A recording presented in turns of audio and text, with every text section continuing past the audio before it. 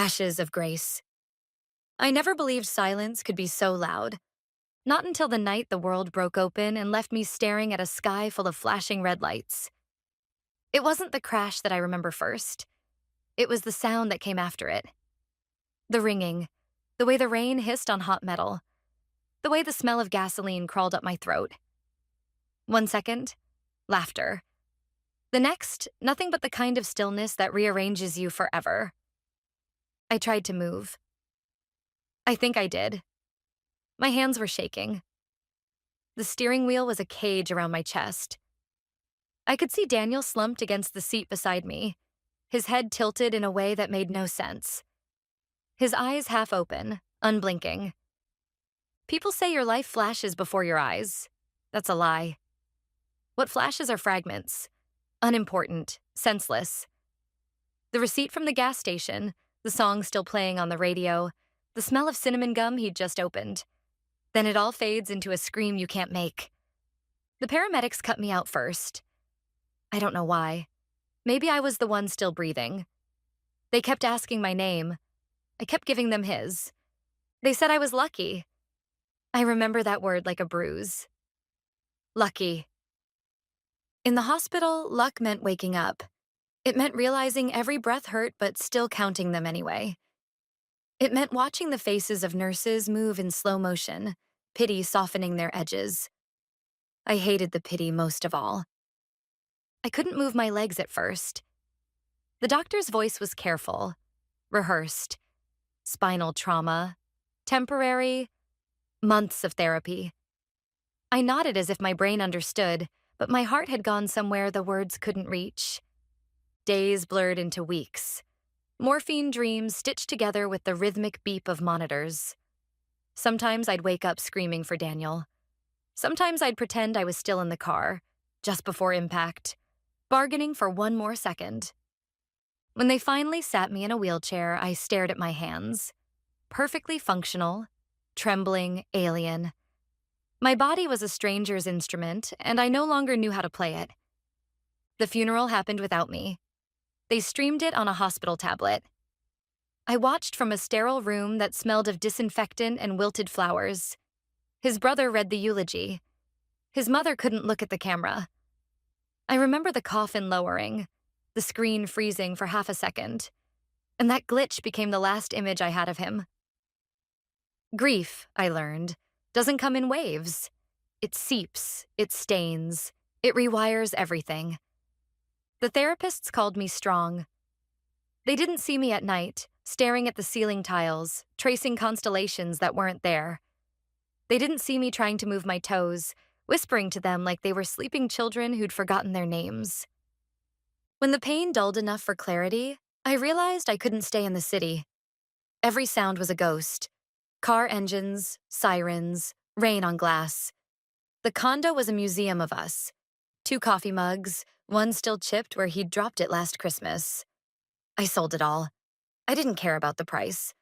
I found the cottage online. Small, crooked, perched above a gray strip of Washington coast. It looked like a place that had seen storms and survived them. I figured that was good enough. The drive there was quiet. My friend Claire insisted on taking me. She talked about the sea air, the fresh start, the kind of things people say when they don't know what else to say.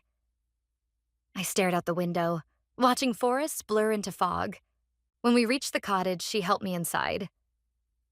The floorboards groaned in welcome or warning. I couldn't tell. Salt hung in the air. There was one bedroom, one small piano by the window, its keys yellowed with time. I laughed once, dry and cracked.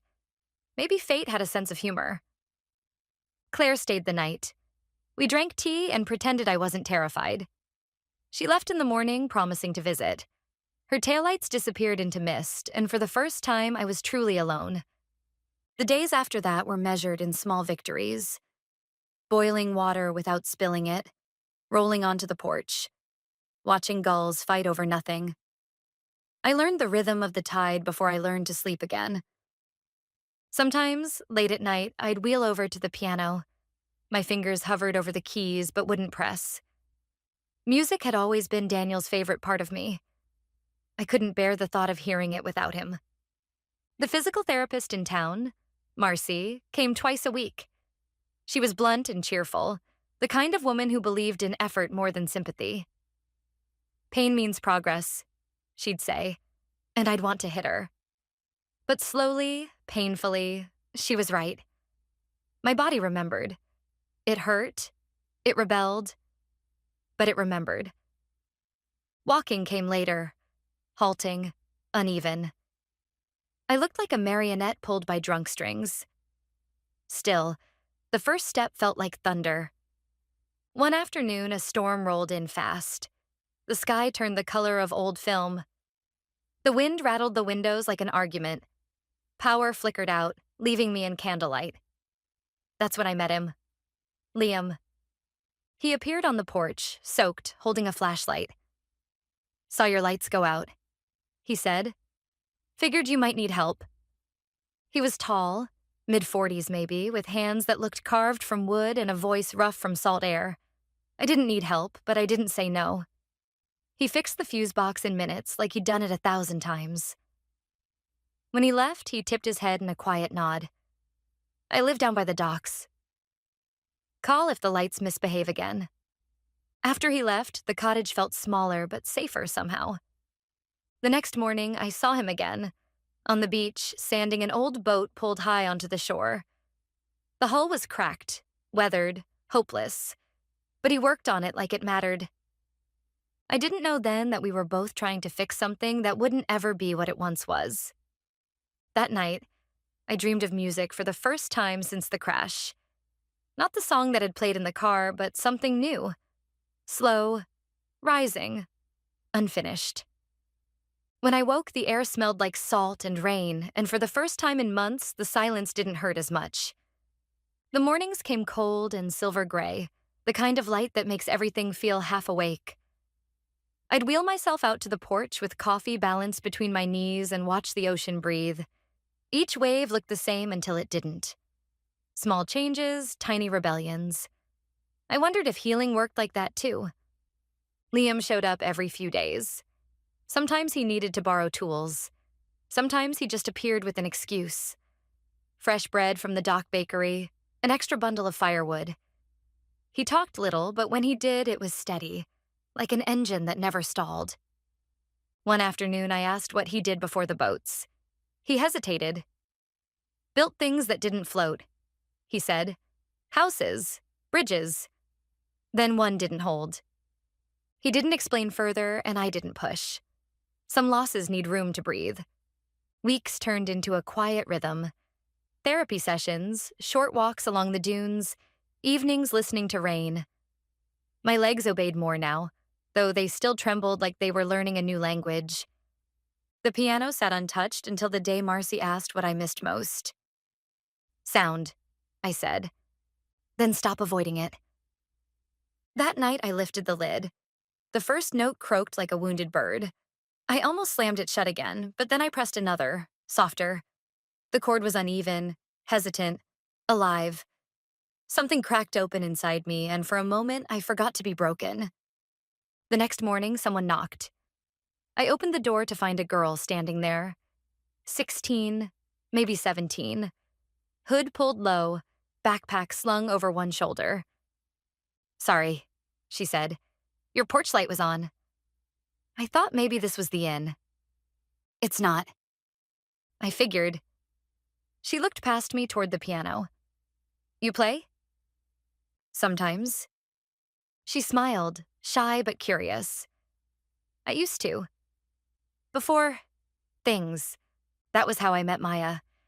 It turned out she was staying at the youth shelter in town, but she'd been skipping school, wandering the beach. She reminded me of myself at that age. Defiant, half-wild, hiding pain behind sarcasm. When I offered her tea, she looked suspicious, then grateful. Liam arrived later, carrying a plank of driftwood. "Thought you could use a better porch rail," he said, then saw Maya and paused. Didn't mean to interrupt. "She's fine," I said. "She thought I ran an inn." "Then charge her double," he said with a grin. The three of us became an odd triangle. Maya visiting after school, Liam stopping by to fix things that didn't need fixing.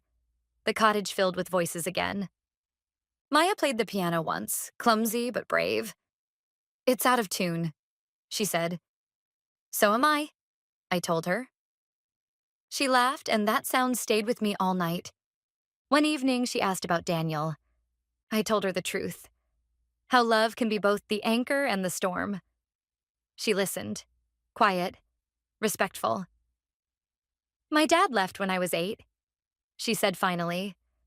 Guess we both lost someone we didn't get to say goodbye to. After she left, I sat at the piano again. My hands shook, but the notes came easier. By late spring, the town had become familiar. People stopped staring at the woman with the limp. They started waving instead. I learned the shopkeeper's dog's name, the taste of the bakery's cinnamon rolls, the feel of sunlight on scars. Still, there were nights when guilt came back like tidewater. Slow, relentless. I'd lie awake replaying that drive, the laughter, the second before impact. I'd whisper apologies into the dark. Then, one stormy afternoon, Liam found me outside struggling to close the shutters. He didn't ask. He just helped. Rain plastered his hair to his forehead. You don't always have to fight alone, he said. I'm not good at letting people help. Maybe start practicing. We stood there until thunder rolled across the sea. When he left, he glanced at the piano. You should play at the harbor fair, he said. I laughed. In front of people? I barely play in front of myself. Then play for them like they're you. It sounded ridiculous, but the idea rooted somewhere deep. The next morning, I found a note on the porch. Music heals more than one kind of wood. L. I folded it into my journal and decided maybe, just maybe, I wasn't done making sound. The harbor smelled like salt and diesel, the perfume of everything stubborn enough to live by the sea. Booths lined the boardwalk, lights strung between them like constellations waiting for night. The annual fair wasn't big, just fishermen's families, kids with sticky fingers, and the old bandstand that leaned a little to one side. Marcy had bullied me into signing up for the open stage slot. You don't need to be perfect, she'd said. You just need to show up. So I did. Maya helped me set up the folding chair by the piano they'd hauled in from the school gym. If you freak out, she whispered, pretend everyone's naked. Pretty sure that would make it worse. She smirked. Then pretend they're trees. The microphone squealed once, and my heart tried to escape through my ribs. Liam stood off to the side, arms crossed, watching quietly. His presence steadied me in a way I didn't understand. When I touched the keys, my hands trembled, but the sound came. Raw, uneven, alive. The first chord cracked open the air, and suddenly everything fell away. The whispers, the faces, the memory of twisted metal. It was just me and the song I hadn't known I'd been writing for months. It wasn't perfect. I missed notes. My legs spasmed halfway through. But the melody found its footing, climbing, breaking, mending itself. I closed my eyes and let it tell the truth my voice couldn't. When the last note faded, there was silence. Then applause, real and full and warm. I opened my eyes to see Maya grinning and Liam nodding, that small, proud smile that said more than words. After the fair, people I barely knew stopped me on the boardwalk. You made me cry, one woman said, pressing my hand. In a good way. For the first time since the accident, I didn't shrink from kindness. That night, Liam walked me home. You played like someone who finally forgave herself, he said. I'm not sure I have. Sounded like you started. We reached the porch, the air heavy with sea mist. He hesitated, then brushed a strand of hair from my face. His touch was gentle, almost apologetic. You should know, he said. The bridge I built that failed. It took someone with it. My partner. My fault, or that's how it felt. I looked at him, saw the same exhaustion I carried. We're both architects of loss, I said. Maybe we rebuild better this time. When he left, I stood in the doorway listening to the echo of the piano in my head. It wasn't Daniel's song anymore. It was mine. Days turned warmer. Maya spent most afternoons at the cottage, doing homework she swore she didn't care about. She called me coach when we practiced piano. Sometimes she'd talk about her mother, how she'd vanished into addiction, how the world had stopped feeling safe. I listened, never offering pity, only presence. One evening she didn't show, then another. By the third day, I went to the shelter. The director said she'd run away again. She does this, they said. She'll be back. But something in my gut twisted. I went to the docks, to the bus station, to every place she might hide. Nothing. The fear was an old, familiar ache returning to new form. At dusk, I found Liam tightening ropes on his boat. She's gone, I said. He didn't ask who. He just grabbed his jacket. Then we find her. We searched the boardwalk, the alleys, the abandoned cannery where kids sometimes dared each other to go. The tide was rising, fog crawling in thick as smoke. My legs ached, but I kept moving. Then we heard it. A thin, broken sob carried by the wind. Maya sat on the rocks near the breakwater, soaked and shaking. I didn't mean to, she said when we reached her. I just wanted to see the water at night. I pulled her close. You don't have to be alone in the dark anymore. She cried into my shoulder and something in me loosened. It was the same instinct that had made me reach for Daniel after the crash. The refusal to let go, no matter the cost. Only this time I could hold on. When we got her back to the cottage, Liam lit the fire while I wrapped her in blankets. You're not broken, I told her. You're just waiting to be found. She sniffed. Is that what you did? Something like that. After she fell asleep on the couch, Liam looked at me across the flickering light. You found her, he said. We found her. He smiled. Told you, you rebuild better. That night, I sat by the window, watching the moon smear silver across the waves. The fear, the guilt, the ache. They were still there, but they'd changed shape. They'd become reminders instead of weights. I pressed my palm against the glass and whispered, I'm still here. For the first time, it felt like enough. The summer storms on the coast came without warning. One moment, the sky a dull pewter. The next, a bruise spilling open across the horizon. That morning, the wind already had a bite, restless and sharp. I felt it before I saw it, like the air itself was holding its breath. By noon, the radio crackled with warnings. Gale force winds, stay indoors, secure all boats. The town buzzed with urgency. Windows boarded, ropes tightened, voices quick and clipped. Liam was already at the docks when I arrived, rain slicing sideways through the air. You shouldn't be out here, he said, shouting over the gusts. Neither should you. Difference is, I know what I'm doing. I used to know what I was doing too, I said, grabbing hold of the railing for balance. He shot me a look that was half irritation, half fear. Go home, Grace. Not until you do. We argued until lightning fractured the sky, close enough to taste the ozone. He cursed under his breath and finally nodded. Fine. Help me tie off the starling, then we leave together. The waves slammed against the pilings, black and vicious. I moved slower than I wanted, the limp more pronounced on slick boards. A sudden crack split the air. One of the smaller boats broke free, its hull smashing into another. Liam ran toward it. Liam! I shouted. But the wind swallowed his name.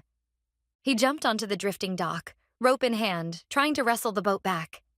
The current surged, dragging him off balance. Instinct took over. I grabbed another rope and stepped forward, feet slipping, the cold biting deep. Maya, stay inside. I yelled toward the car where she waited, but she was already out, raincoat flapping, eyes wide with fear. Everything happened in flashes. Liam losing grip, the dock lurching, my body moving before my mind caught up. I threw the rope, missed, threw again. He caught it just as a wave slammed into him, pulling both of us toward the edge. Pain shot up my spine as my knees hit wood, but I held tight. Pull, I screamed. Don't you dare let go. He did what I couldn't. Trusted me.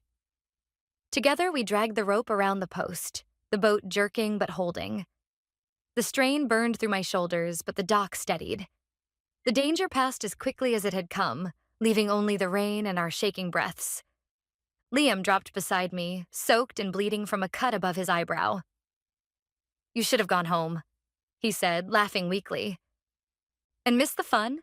I managed. Maya ran to us, crying, You could have died. Not today, I said, pulling her into a hug. Her heartbeat hammered against mine. Fast, alive, furious at the world, but still here. By nightfall, the storm began to break. The town's lights flickered back one by one. We made it to the cottage, exhausted and dripping. Liam sat by the fire, silent. The flames carved shadows into the lines of his face. I thought I was done fighting for anything, he said finally. Me too, I whispered. He looked up. Guess we were both wrong. The quiet between us wasn't heavy anymore. It was full, like the pause between notes that gives the melody shape. Maya had fallen asleep on the couch again, the blanket rising and falling with her breathing. I watched her for a long time, realizing how much she'd become the pulse that kept the house alive. When I finally went to bed, the sea outside was calmer, waves brushing the sand like a lullaby. The pain in my legs throbbed, but it was a reminder now, not a sentence. I'd faced the thing that had haunted me, the helplessness, the fear, and found something stronger waiting underneath. In the morning, the sun came back pale and hesitant, but it was enough. The air smelled of wet wood and new beginnings. Liam knocked on the door, holding 2 coffees. We make a good team, he said. We survived a storm. That's more than a team, it's a miracle. He smiled. Miracles need work.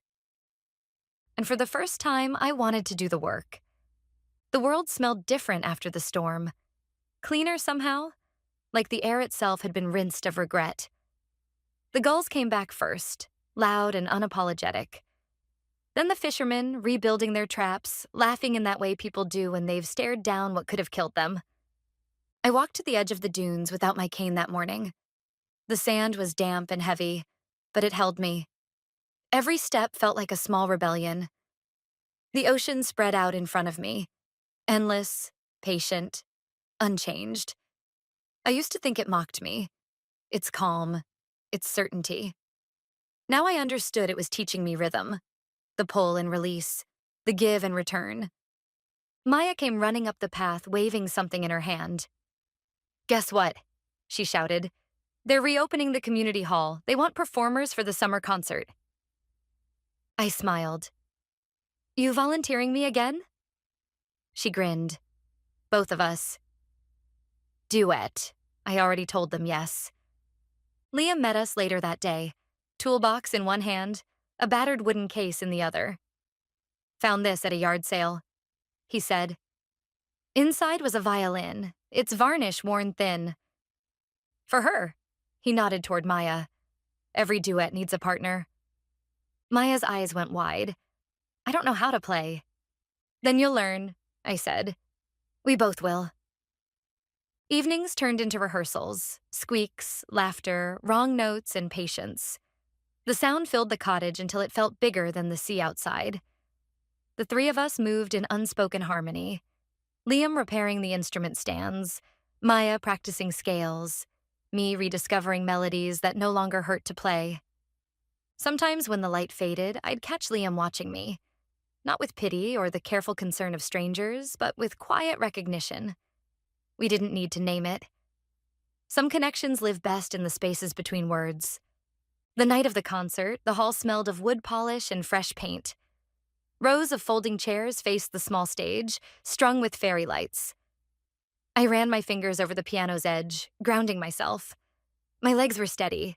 My heartbeat wasn't. Maya squeezed my hand. Ready? As I'll ever be. We began slow, a simple tune, fragile at first, then stronger. Her bow found the note, my chords followed. The music rose, layered with everything we'd carried through the dark months. I felt the room lean in. I felt Daniel somewhere in the quiet spaces, not gone, just lighter, part of the air between notes. When the final chord faded, there was no applause right away, just stillness, the kind that feels like prayer. Then the clapping came, and I laughed through tears I didn't bother to hide. Afterward, people pressed around us. Compliments, handshakes, smiles. I caught Liam near the back, arms folded, pride written all over his face. When the crowd thinned, he stepped forward and handed me a single white rose. "You built something beautiful," he said. "We built it," I corrected. We walked home under a sky streaked with fading pink. Maya skipped ahead, violin case swinging. The tide whispered against the shore, familiar and forgiving. On the porch, I paused, looking out at the sea. "You ever think," I said, "that maybe the worst things that happen aren't punishments? They're invitations?" Liam leaned on the rail beside me. Invitations to what? To start over. To become who we were supposed to be all along. He nodded slowly. "Then here's to starting over." The sun slipped beneath the horizon, leaving a thin line of gold. I closed my eyes and listened. The soft hum of waves, Maya humming inside, the faint creak of wood settling. The world was imperfect, scarred, and utterly alive. And for the first time since the night of the crash, I felt entirely at peace. I reached for the piano through the open window, let my fingers find the first chord of the song that had once been about loss, but was now about everything that came after. It rose into the dusk, carrying laughter, pain, love, and the sound of a woman who'd learned how to play life's broken keys again.